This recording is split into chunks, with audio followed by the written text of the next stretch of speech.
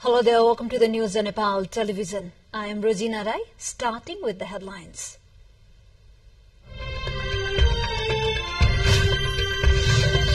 Three persons die and two others sustain injury. The injured are undergoing treatment in Neuro Hospital, Viratnagar. Several key bills are scheduled to be tabled at the House of Representatives today. Government prepares to respond to issues raised by opposition parties. The government of Malaysia initiates a migrants repatriation program. The Embassy of Nepal urges Nepali migrants to pay financial penalty and return home. At least 43 people killed after fire broke out in a multi-story building in Bangladesh. 75 people rescued. And Nepal playing against Namibia under Tri-Nations T20 series in cricket ground. Nepal under pressure to secure victory today.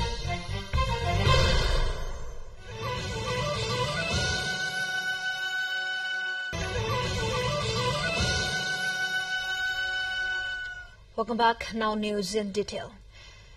3 people died on the spot and 2 others sustained injury this morning after tipper hit Bolero en route to Fidim from Chapa.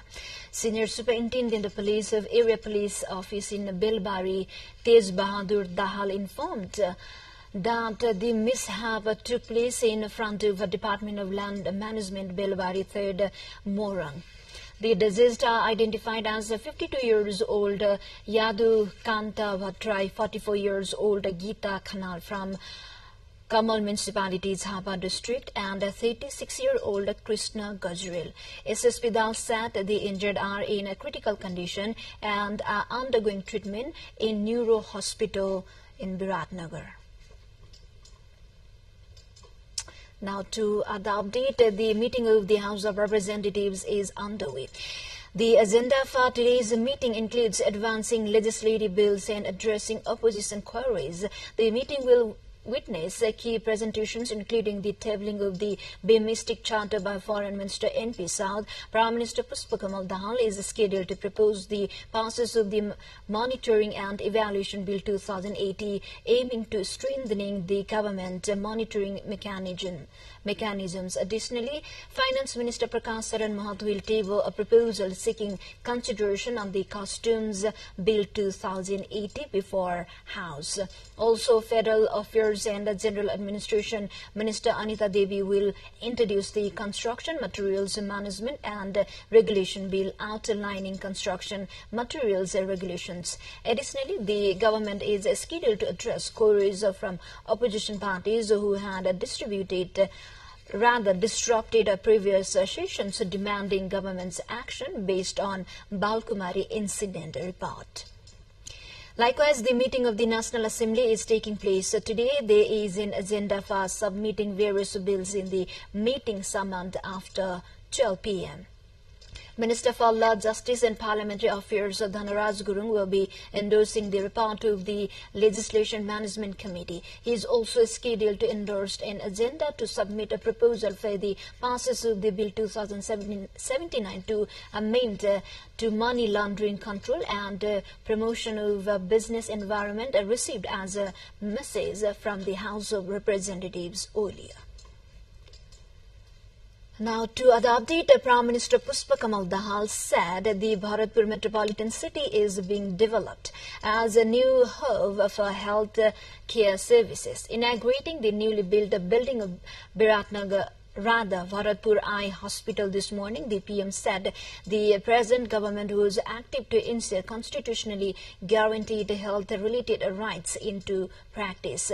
The PM shared that effective implementation of health insurance program, free vaccine against breast cancer and uterus cancer and other initiatives have been brought into practice and expressed the confidence that the health sector would witness massive reforms through these all efforts. Likewise, the PM pledged to allocate maximum possible budget in the health sector in the upcoming budget. During the program, Pakistani Ambassador to Nepal, Habrav Aiz Hasmi, said that the cooperation between Nepal and Pakistan would be continued in future for the better of the Bharatpur Eye Hospital. Time for a short break here. Stay with us.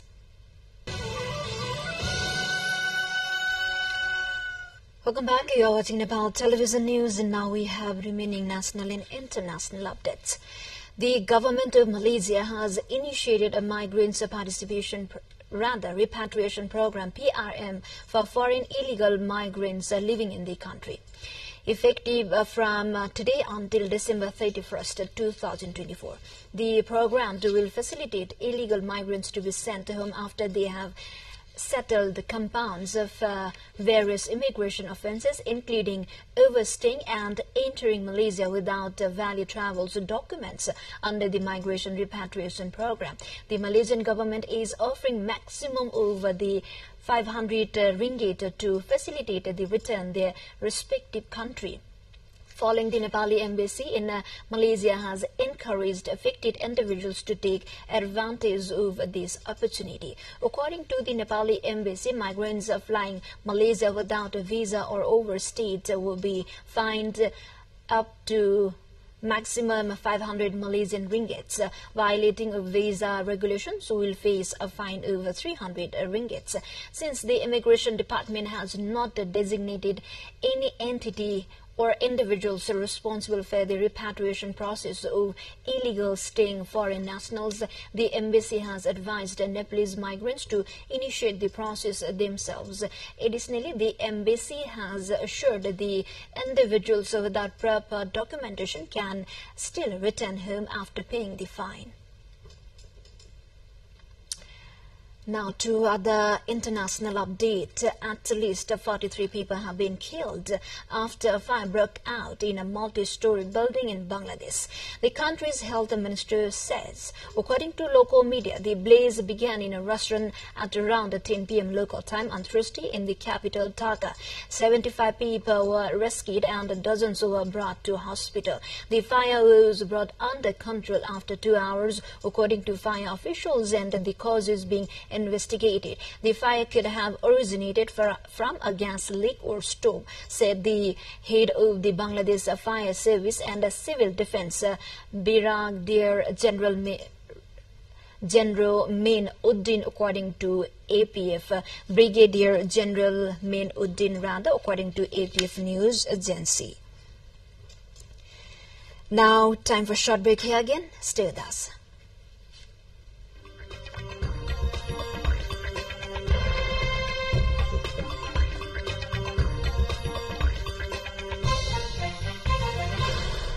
Thank you for staying with us. Now, remaining international updates. At least 112 Palestinians are said to have been killed and 760 injured trying to get desperately needed aid in Gaza. Crowds descended on a convoy of lorries on the coastal road southwest of Gaza City in the presence of Israeli tanks. Israel's military says tanks fired warning shots but did not strike the convoy. Some Palestinians say troops fired directly at them. Israeli aerial footage shows hundreds of people and around the lorries, while graphic videos posted online shows bodies loaded onto emptied aid lorries and a donkey cart, giving the figures of 112 dead and 760 injured. Gaza's Hamas-run health ministry accused of Israel of massacre. Now to other update, Vladimir Putin has given his annual State of the Nation addresses. 2 weeks before Russia's 2024 presidential election, Putin warned that any deployment of Western troops in Ukraine would have tragic consequences. The committee appeared to respond to French President Macron, who earlier this week did not rule out sending Western soldiers to Ukraine. Putin said the Russian military had the initiative in the 2-year full-scale invasion of Ukraine and was advancing in a number of areas. Putin also delivered a tough warning, threatening retaliatory strikes against the West in the event of attacks on Russian territory.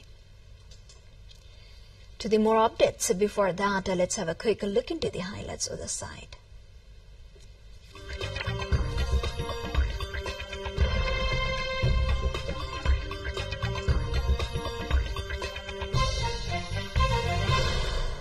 now moving on to sports.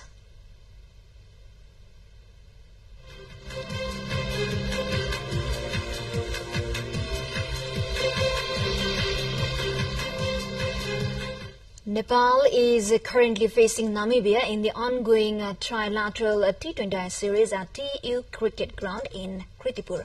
Namibia won the toss and opted to field first.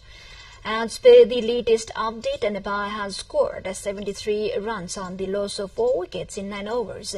Nepal seeks to secure a spot in the final by defeating Namibia. Currently, Nepal leads with 2 runs, while Namibia trails with 59 runs, giving the Netherlands a 4-point lead in their previous encounter. Namibia won by 20 runs. If Nepal wins both remaining matches and Namibia losses to the Netherlands, Nepal will qualify for the final. The top 2 teams will compete in the final of the triangular series, and Nepal will next play against the Netherlands tomorrow. Riyadh hosts a first ever ski competition with international players participating under the name of Snow Blast KSA Cup. The sporting event is being held in an outdoor venue with over 500 tons of artificial snow. The Snow Blast KSA Cup is the newest event happening in Riyadh season, and it promises to be unrivaled. The snow skiing competition is a winter-themed event bringing with blended artistry, creativity, and skills in the form of snow outdoor tricks. With this, we come to the end of this news bulletin, but before we say goodbye, quick reminders of the headlines once again. 3 persons die and 2 others sustain injury. The injured are undergoing treatment in Neuro Hospital, Biratnagar. Several key bills are scheduled to be tabled at the House of Representatives today. Government prepares to respond to issues raised by opposition parties. The government of Malaysia initiates a migrants repatriation program. The Embassy of Nepal owes Nepali migrants to pay financial penalty and return home. At least 43 people killed after a fire broke out in multi-story building in Bangladesh. 75 people rescued. And Nepal playing against Namibia under Tri-Nations T20I series in TU Cricket Ground. Nepal under pressure to secure victory today. Well, this is all we have for this moment. Until our next bulletin, keep watching Nepal television. Have a good day ahead. Namaste.